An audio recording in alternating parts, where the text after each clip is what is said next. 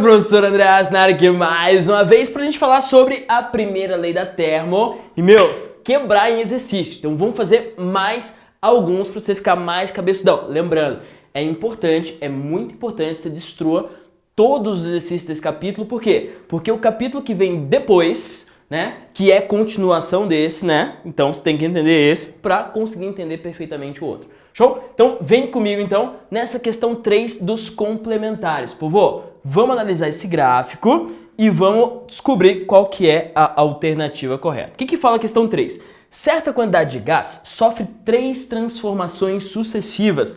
Transformação AB, BC e CA. Vamos só analisar o AB, BC e CA. O AB é aqui embaixo, o BC aqui subindo e o CA aqui descendo. É um ciclo. É um ciclo. Isso te lembra alguma coisa? Duas coisas para você lembrar quando for um ciclo. Quando você olhar para um gráfico e ver que é um ciclo, aí você tem que lembrar duas coisas. Primeiro, para você calcular o trabalho de um ciclo, o que você faz? Você calcula o trabalho de dentro da figura, tá? Sempre o trabalho de dentro da figura. Se for um ciclo no sentido horário, o trabalho é positivo. Se for um ciclo no sentido anti-horário, o trabalho é negativo, tá? E outra coisa, se é um ciclo, o ΔU é igual a zero.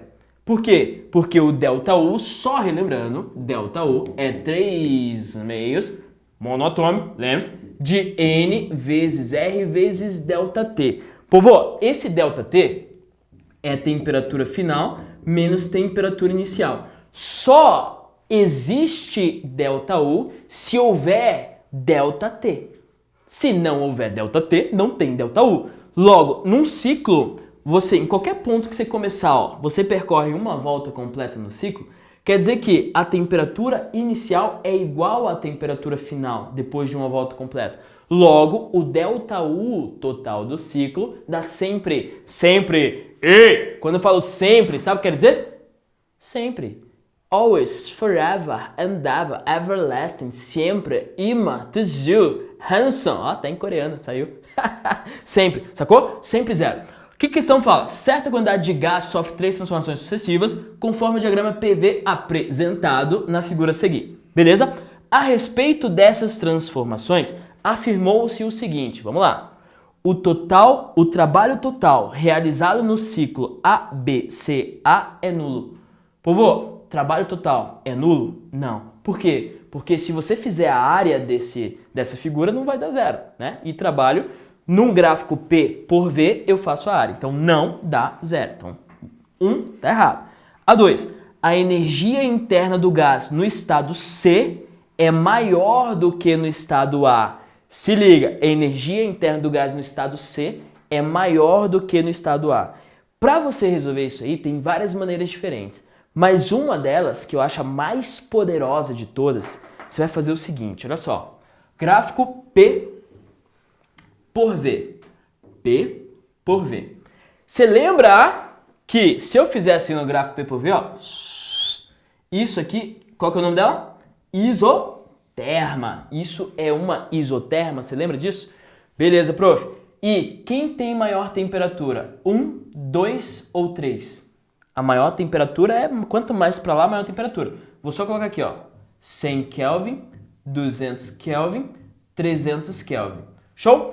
Então, ó, quem tem maior temperatura, ele pergunta, ponto C ou ponto A? Povo, se eu for imaginar isotermas nesse gráfico aqui, vai dar para imaginar que esse ponto A é um isoterma mais abaixo e esse ponto C é uma isoterma mais acima?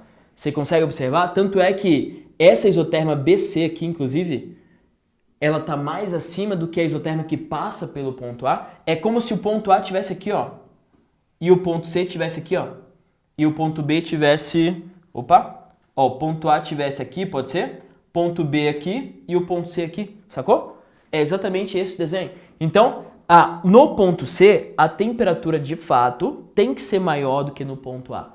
Então, a 2 está correta. Mas, o que eu gostaria de deixar de ensinamento para você? Mesmo que não apareça as isotermas no gráfico PV, elas estão lá. Estão ocultas, mas estão lá. E você pode utilizá-las para resolver as questões, tá? Então, fica a dica aí da número 2. E a 3, durante a transformação AB, o gás recebe calor e realiza trabalho. Povo, vamos ver. Durante AB, vamos lá. A primeira lei é calor igual a trabalho mais ΔU. Beleza, prof? Durante AB acontece o quê? Uma expansão. Se acontece uma expansão, quer dizer que o meu trabalho ele é positivo. Confere? Beleza.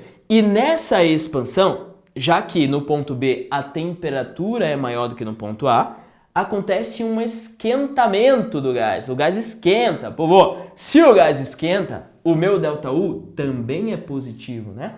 Se o meu ΔU é positivo, meu trabalho é positivo, quer dizer que o meu Q ele vai ser positivo também. Logo, o gás vai ter que receber calor. Então, a 3 está corretíssima. Então, a 2 e a 3 estão corretas, letra E de E. Acertei. Tudo bem?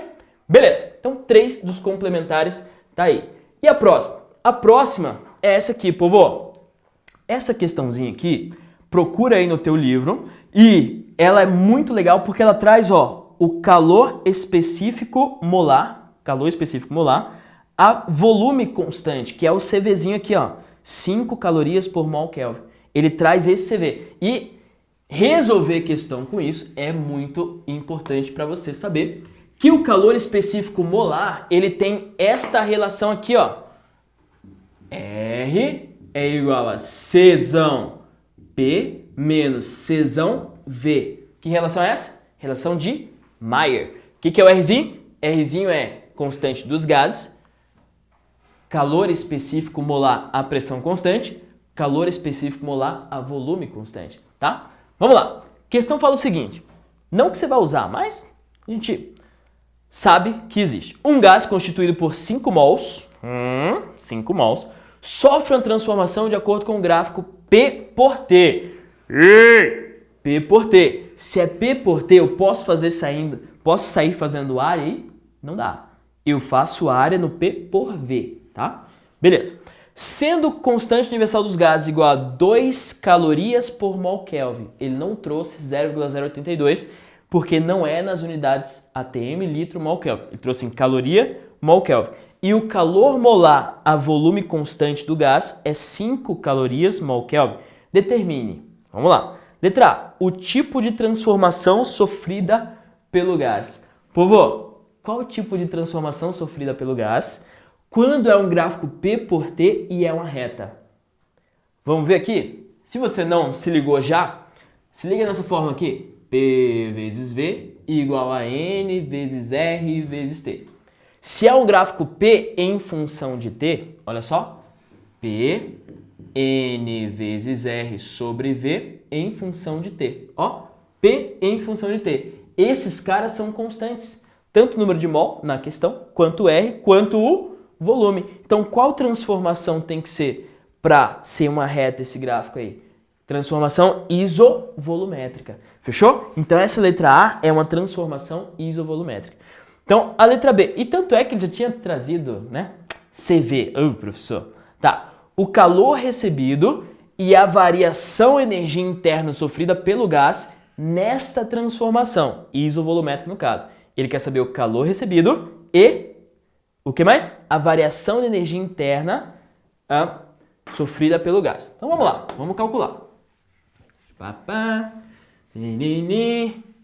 Tá, prof, vai.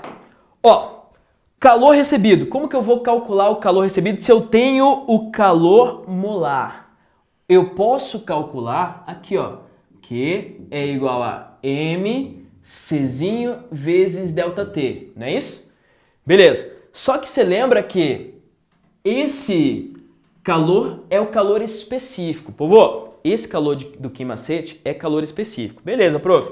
E o que ele deu foi o calor específico molar. O que é o calor específico molar? É isso aqui, ó. N é massa sobre massa molar. M é N vezes M, né? Então, eu posso colocar aqui, ó, Q é igual a N vezes M vezes o calor específico vezes a variação de temperatura. Sucesso até aí? Tudo bem?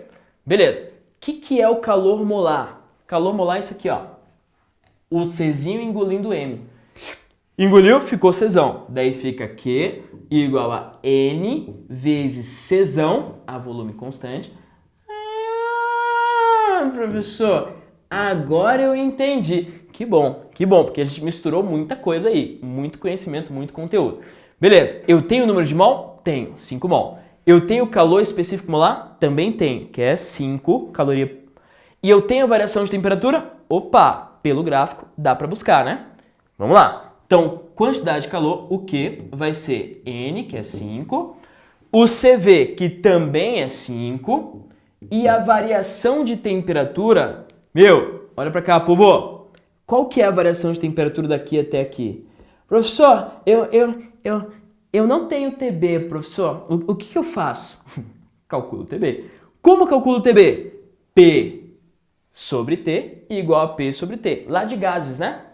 Você lembra? Aqui, ó, P1 sobre T1 é igual a P2 sobre T2, né? Pelo gráfico já dá para saber. A pressão no ponto 1 é 2 atm, ó, 2. A temperatura aqui é 200.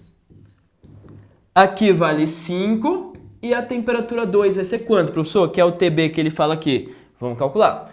Passei para cá, cruz, credo, passei para cá. Ficou T2 igual 200 vezes 5.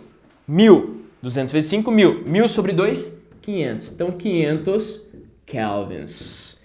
Descobri quanto que vale o T2. Agora, eu sei a variação. E a variação de temperatura é 500 menos 200, que dá 300. Esparta! 300. Então, 300 vezes 25, povo. O quê? Vamos lá? 300 vezes 25, só resolvendo. Deixa eu fazer aqui rapidão. 300 vezes 25 dá 7.500 joules. Então, vou escrever em azul, blue, 7.500 calorias, no caso, né? Porque tudo foi calculado em calorias aí. 7.500 calorias. Show? Descobri o quê? E como que eu faço para descobrir a variação de energia interna sofrida? Daí, para descobrir variação de energia interna, usa a formulinha, né? É igual a 3 meios de N, quem que é o N? 5, vezes o R, quem que é o R? 2, vezes a variação de temperatura, que é 500 menos 200, 300. Aí, meus caros coleguinhas, tá bom. Delta U igual a, vamos lá, 3 vezes 5 vezes 2 vezes 300. Dá 9.000 divididos por 2, que dá 4.500. 4.500 calorias. Sucesso? Então tá resolvida aí essa questão. Mais uma, bem legal inclusive, porque falava de calor molar. Povo, cuidado. Esse calor molar é calor específico vezes a massa molar. Sucesso? Tudo bem? Então, aqui a gente fecha. Deixo só essa questão para você de brinde, ó, de presente, e a gente fecha esse capítulo com chave de adamantio. Destrua essa questão e destrua o capítulo, resolva tudo para você se preparar para o próximo capítulo, tá? Beleza? Valeu! Professor André Asco por aqui, até a próxima. Tchau!